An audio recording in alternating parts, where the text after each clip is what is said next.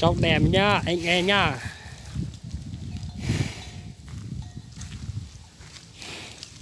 Cau dài luôn, móng đẹp.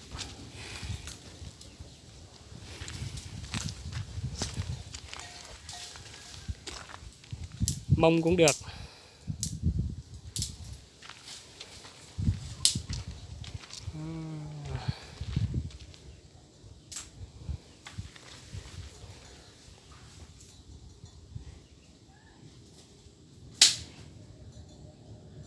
Chéo về góc này nhìn chéo về hết con trâu nhìn nó ấy không? Con em của nó là con cái hay là con đực? Con nào? Em của con này à? Cái. Con cái à? Trong này là lông đỏ nhỉ? Không, nằm ở ấy nó vậy đấy. Hả?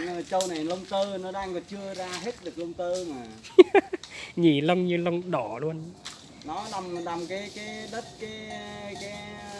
cái nước phèn nhiều á. À. Màu lông nó vậy. Kiểu này nhỉ nó như là nó lớn chậm chậm mà thế nào ấy. Không, cái này ở trên mũi nó kiểu đau, nó ngưng mất một thời gian, mất ít hôm. Anh mua về nuôi là mua về để bán thôi con này. Mua về bán. Gặp thì cứ cho đi thôi chứ. Trâu cái này cũng có nhiều trâu rồi.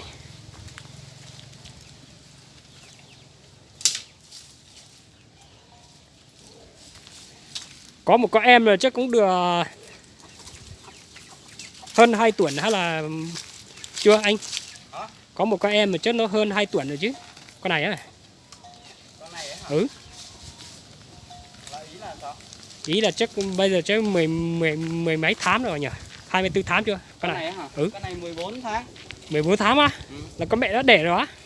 Thì 14 tháng con mẹ 1 năm, mẹ mắn 1 năm nó đi có tầm tháng là đẻ tháng là nó đi được lại thôi gì đâu mà. Vậy à? Nhanh nhỉ? Thì trâu cứ 12 tháng thì nó trâu chưa đầy 12 tháng đâu. Trâu mang bầu 11 tháng mấy ngày ấy. À. Rồi, cái sừng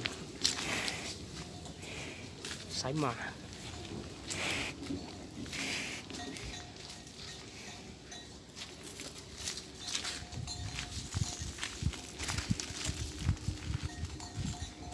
Trâu giấc này nó đang đẻ rộ hết này, con nào sớm thì đẻ trước tháng rồi. À. Rộ nó giờ đang đẻ hết rồi. Thế được phải không?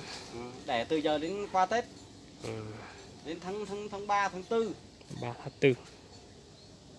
Đấy là mùa trâu là mùa trâu đẻ nó có tầm rộ là bắt đầu là từ giờ này.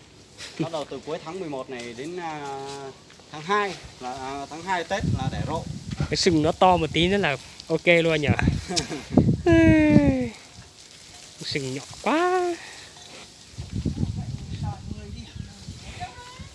Thì người ta lấy trâu người ta phải mình không đò 10 điện nhưng mà người ta đò 10 điện luôn thì mình cũng bó tay. Lúc mình mua thì mình không đò điện cao nhưng mà người ta ra mua của nhà mình người ta đò điện cao thì mình chết rồi. Đi theo Nó cũng hiền chứ. Mấy con không hiền là người lạ không sờ được như thế này đâu. Nghé thường chưa biết gì. Chứ như trâu già to nó khôn rồi là khó lắm. Con này khôn thì phải 2-3 năm nữa nó mới biết khôn. Bây giờ thì chưa. Giờ mới biết là có cái dây là không đi được thôi chứ còn đã biết đi theo là dắt đi theo như thế nào đâu. Thế